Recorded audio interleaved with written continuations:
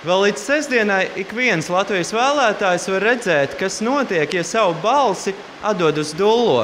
Tas iespējams žurnāla Ir veidotajā dulluma simulatorā. Akcijas organizatori gan saka, ka sestdien tā rīkoties nevajadzētu. Lai gan domāt par to, kam atdot savu balsi iespējams vien dažas dienas, aptuveni trešā daļa Latvijas vēlētāji joprojām nezina, par ko balsos, vai pat neplāno piedalīties vēlēšanās. To, cik nozīmīgi ir mūsu valsts vēlēšanās, jautrā interneta akcijā cenšas atgādināt dulluma simulators. Balsis rodās tā, ka tur mums augšā ir termoprinters un viņš paņēma no sociālajiem tīkliem vārdu uzvārdu lietotāju un izdrukā uz maza čeka, tas tā kā veikalos čeks, un nogriežās un tas čeks nokrīt lejā. Un tad ir video kamera, kas to visu filmē, un tad cilvēks var arī skatīties un sekot, kurš politiķis tad iesūdz to balsi. Arī pašiem idejas autoriem pēc savas pieredzes ir skaidrs, ka uz dullo balsot noteikti nav tā patīkamākā pieredze.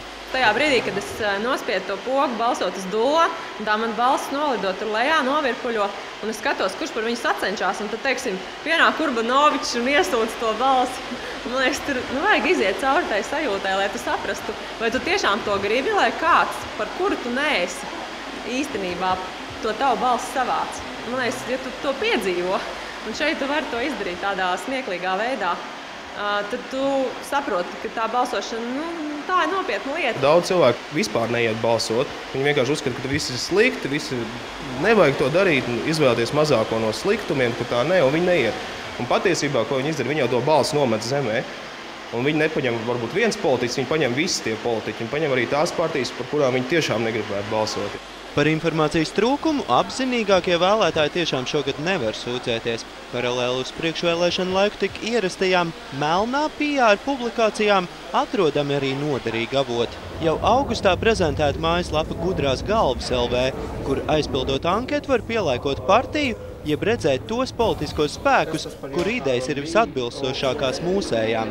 Deputātu kandidātu biogrāfiju un iepriekšējos balsojumus vecajā Saeimā var aplūkot lapā Deputātu uz Delmas LV, bet labos un sliktos politiķu darbus apkopojas Ir LV. Kaspars Beķers, Juris Bindars, TV3 ziņas.